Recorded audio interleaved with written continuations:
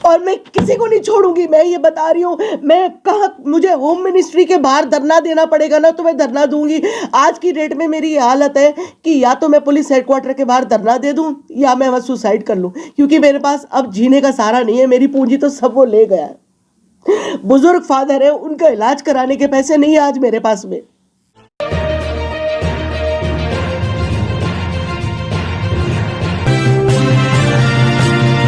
आखिर पीड़िता को कब मिलेगा न्याय?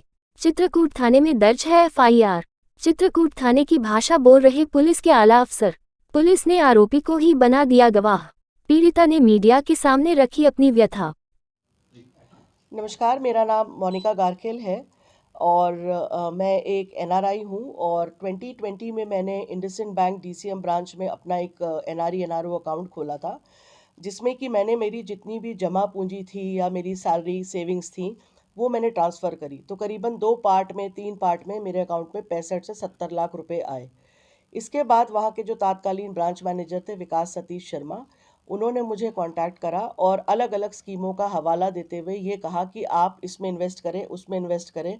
काफ़ी देर तक मना करने के बाद समहाउ जनवरी 2021 में मैंने उनकी एक स्कीम में इन्वेस्ट करने का अप्रूवल दे दिया कि ठीक है, मैं इन्वेस्ट कर देती हूँ। और उन्होंने कहा कि मैं एक फ़ंड मैनेजर हूँ और इक्विटी में इन्वेस्ट करूँगा, you will get better returns, और आपका जो पैसे हैं वो आपको बहुत ज़्यादा देर के लिए इन्वेस्टेड नहीं रखने पड़ेंगे।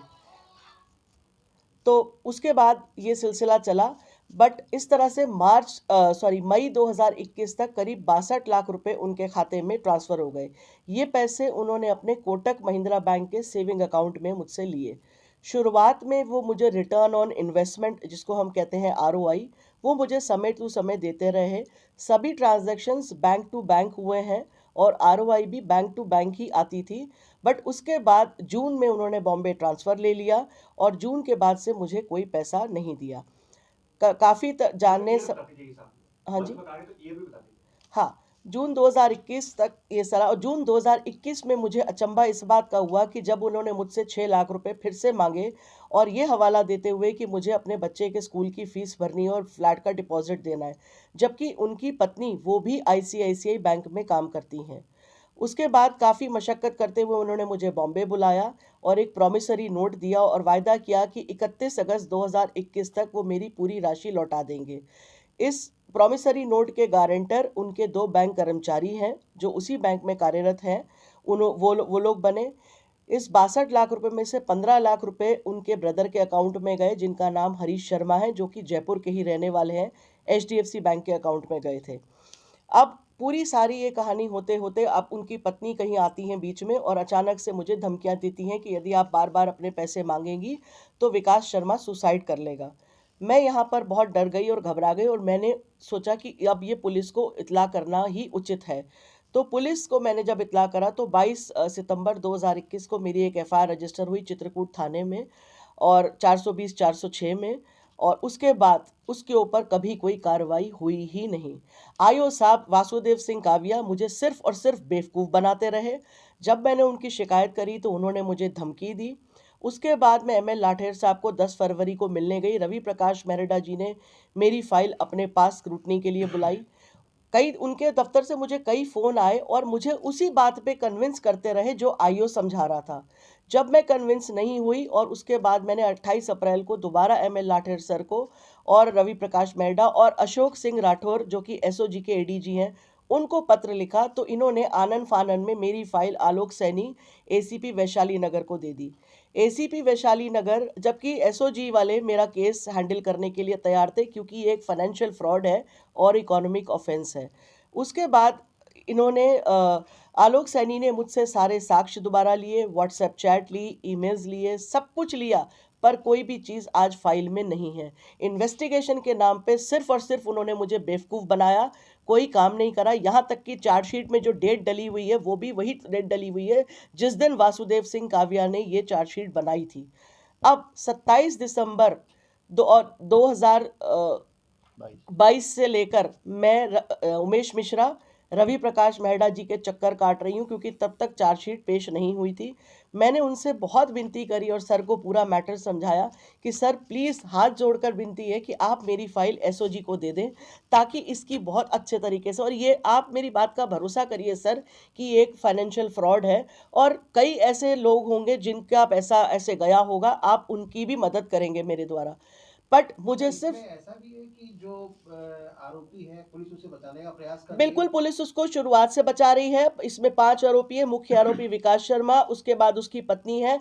अब उसकी पत्नी आरोपी है, पुलिस ने उसको गवाह बना लिया। एक आरोपी गवाह कैसे बन सकता है, ये किस कानून में लिखा है, मुझे बताएं आप। वकील साहब आप बताएं कि किस हिसाब से बन। बात नहीं है कि मतलब चित्रकूट थाने की गाइडलाइन पर पूरा पीएचक्यू और पुलिस विभाग चल रहा है। नहीं, सब ये वैसी बात है भाई साहब कि सोने के अंडे देने वाली मुर्गी पे हाथ कौन डालता है। और विकास शर्मा ने, जब मैंने बहुत उनको खचेड़ा तो उन्होंने मुझे ये कहा कि मैं एक पुलिस वाले के थ्रू ये काम करता हूँ।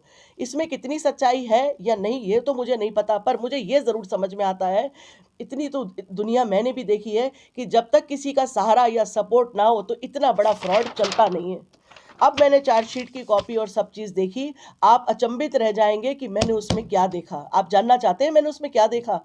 उसमें 10 महीने में विकास शर्मा के खाते में 14 करोड़ से ऊपर के ट्रांजैक्शन है। 10 महीने में एक सेविंग अकाउंट में 14 करोड़ 67,04,229.31 पैसे। ये अब आप मुझे बताइए ये, और कितने खातों से पैसा आवन जावन दिख रहा है।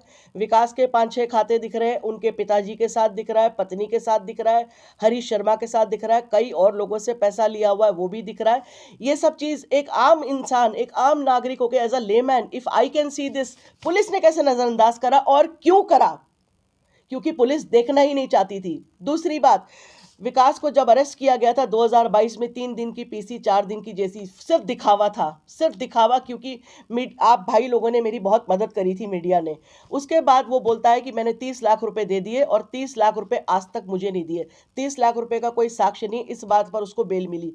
ना तो पहले आईओ वासुदेव सिंह काविया, ना तो दूसरे एसीपी माननीय, किसी ने ये बोला। मैंने एसीपी साहब को कितनी बार कहा सर आप ये देखिए, जबकि पुलिस को ही उसकी बेल अपोज करनी चाहिए थी, नहीं करी। और नहीं करी, मैंने कितनी बार उनको रिमाइंड करा, नहीं करी। और उसके बाद अब चार्जशीट पेश होने के बाद मैंने 16 मार्च 2023 को मुख्यमंत्री को पत्र लिखा है, उनके निवास पे, उनके कार्यालय पे, कि मेरे साथ ये हुआ है।